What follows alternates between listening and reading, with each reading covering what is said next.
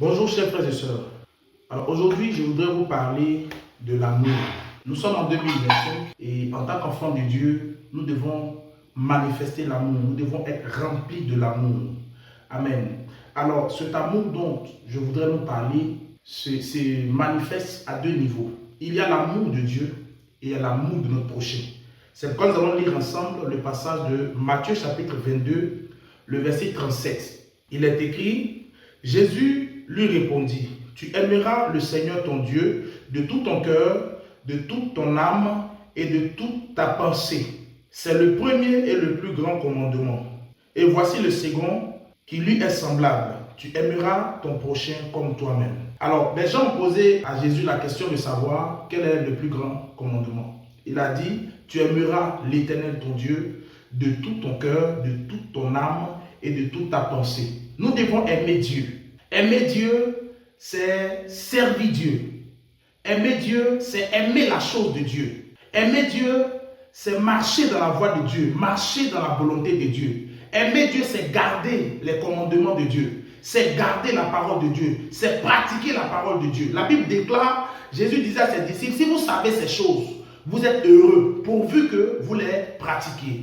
Vous voyez, si nous aimons Dieu, nous allons pratiquer la parole de Dieu. Si nous aimons Dieu, la chose de Dieu va être pour nous une priorité. Si nous aimons Dieu, nous allons nous intéresser à la volonté de Dieu. Qu'est-ce que Dieu veut? Qu'est-ce que Dieu veut de moi? Qu'est-ce que Dieu veut que je fasse? Si nous aimons Dieu, nous allons prioriser les choses de Dieu. Chers frères et sœurs, je voudrais nous exhorter. Nous sommes dans une nouvelle année. Et je disais la fois dernière à l'église ici que ce ne sont pas les chiffres de l'année qui vont changer nos vies. Mais c'est notre manière de faire, c'est notre manière de vivre, c'est notre façon de faire, c'est nos engagements que nous prenons, c'est nos initiatives que nous prenons. C'est ce qui va nous amener à avoir certaines choses que nous n'avons pas pu avoir. C'est ce qui va nous permettre de pouvoir gagner, relever certains défis que nous n'avons pas pu relever hier. Amen. Donc, c'est notre façon de faire. C'est pourquoi je dis, si nous répétons les mêmes erreurs d'hier, nous allons avoir les mêmes résultats. Comme on le dit, l'âge le dit,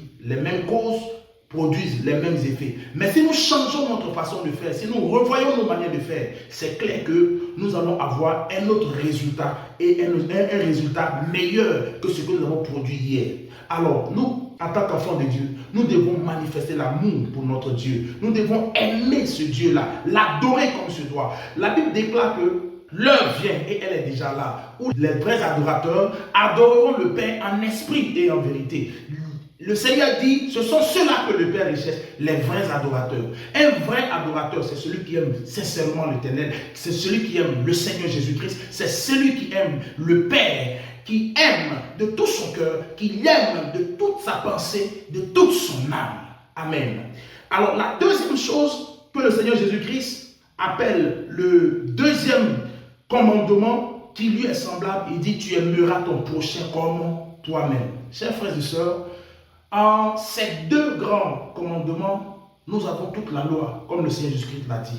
Parce que si tu aimes ton prochain, tu ne vas pas le tuer. Si tu aimes ton prochain, tu ne vas pas le convoiter. Tu ne vas pas convoiter sa femme. Si tu aimes ton prochain, tu ne vas pas lui faire du mal. Si tu aimes ton prochain, tu ne vas pas avoir de mauvaises pensées pour ton prochain. Tu ne vas pas aller le calomnier. Tu ne vas pas aller dire de la méchanceté sur lui. Si tu aimes ton prochain, tu ne vas pas fabriquer des mensonges pour coller sur son dos. Si tu aimes ton prochain, il y a des choses que tu ne feras pas. Jean chapitre 13, le verset 35.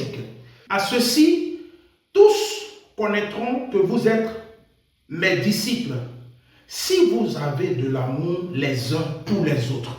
Ce qui doit nous démarquer, ce qui doit mettre la différence entre nous, enfants de Dieu, et le monde, ce qui doit démontrer que nous sommes réellement disciples de Jésus-Christ. Je disais un jour que beaucoup de personnes se font passer pour chrétiens parce qu'aujourd'hui, on se dit être chrétien, c'est attraper une Bible. Être chrétien, c'est aller dans une église. Être chrétien, c'est fréquenter une communauté. Mais la chrétienté est loin de là.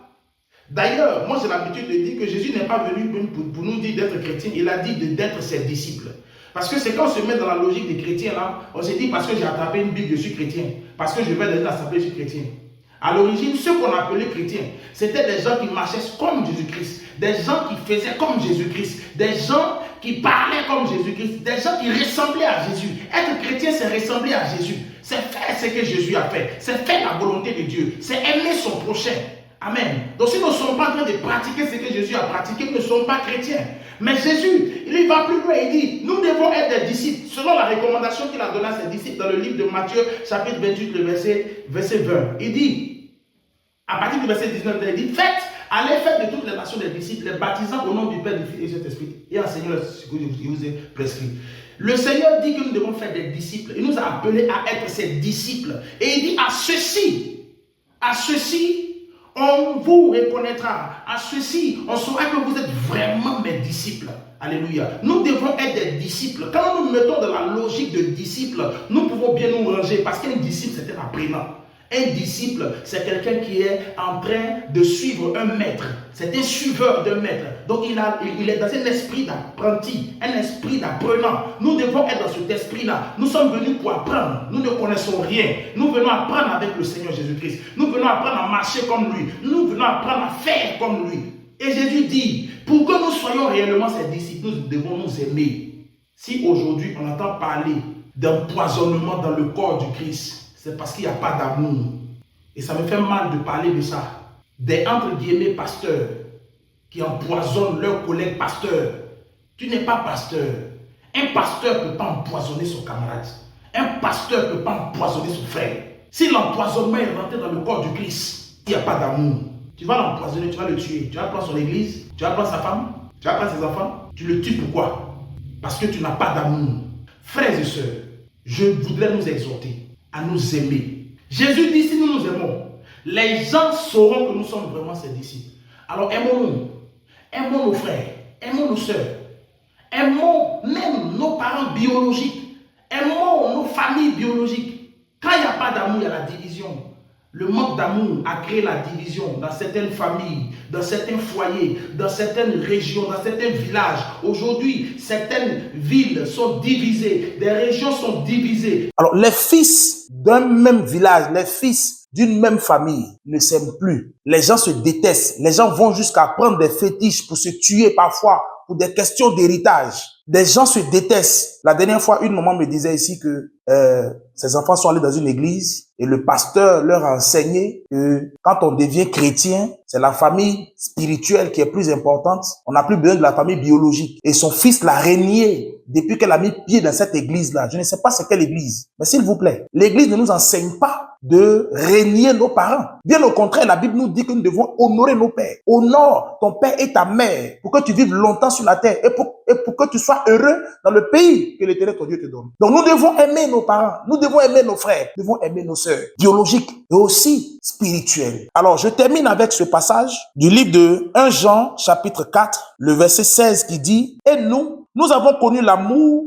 que Dieu a pour nous et nous y avons cru. Dieu est amour. Celui qui demeure dans l'amour demeure en Dieu. Voilà. Et Dieu demeure en lui. Alors, Jean nous dit ici que par son amour, nous l'avons connu. C'est par son amour que nous avons connu Dieu. La Bible déclare que Dieu nous a tellement aimé qu'il a donné son Fils unique afin que quiconque croit en lui ne périsse point, mais qu'il ait la vie éternelle. C'est par l'amour que Dieu a manifesté pour nous que nous avons connu Dieu. C'est par cet amour-là que Christ est venu mourir à la croix pour nous. C'est par cet amour que toi et moi aujourd'hui, nous avons connu Christ, nous avons connu l'Éternel. Alors, il est dit ici que nous devons demeurer dans l'amour en Dieu. Et si nous demeurons dans cet amour-là, Dieu aussi demeure avec. En d'autres termes, celui qui ne demeure pas dans l'amour, Dieu ne demeure pas avec lui. Il y a 3 piliers au niveau de l'évangile. Nous avons l'amour, la foi et l'espérance. Et la Bible nous dit que de ces 3 piliers, le plus grand, c'est l'amour. Frères et sœurs, je termine pour dire, aimons-nous. Si nous sommes enfants de Dieu, aimons-nous les uns les autres. Aimons notre prochain et aimons Dieu de tout notre cœur, de toute notre âme et de tout notre esprit. Que Dieu nous bénisse. Amen.